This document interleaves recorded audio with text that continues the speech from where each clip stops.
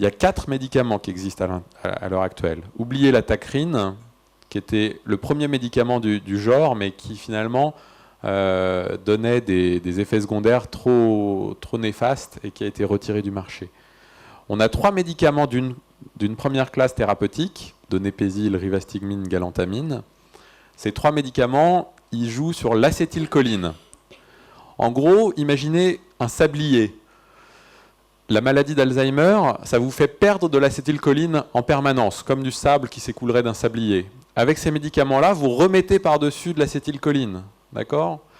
Donc en gros, vous comblez le déficit en acétylcholine, mais malheureusement, ce déficit s'accroît en permanence et à un moment donné, le fait de mettre des médicaments ne suffit plus.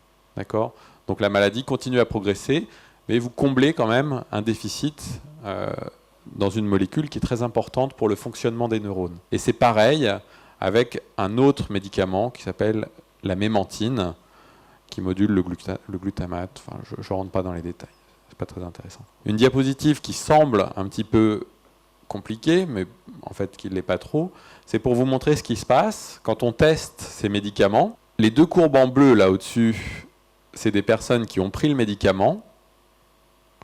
Et la courbe en rose, en dessous, c'est des personnes qui ont eu le placebo, donc un médicament contrôle qui n'a aucune activité en réalité.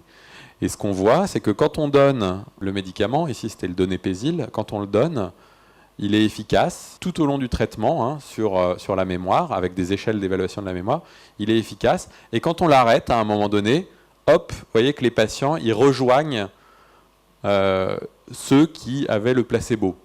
Donc ça veut dire que c'est un effet symptomatique.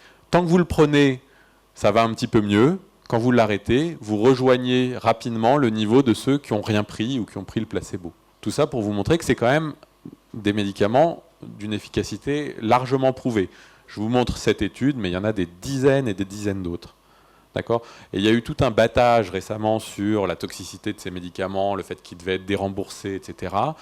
Nous, dans le centre dans lequel je travaille, on pense que c'est plus pour des considérations économiques que pour des considérations scientifiques, puisque l'efficacité des traitements est réellement prouvée. Mais c'est vrai que c'est des traitements qui coûtent cher. Ceci étant, ça coûte moins cher que une entrée en institution. Et bon, pour nous, c'est intéressant de traiter.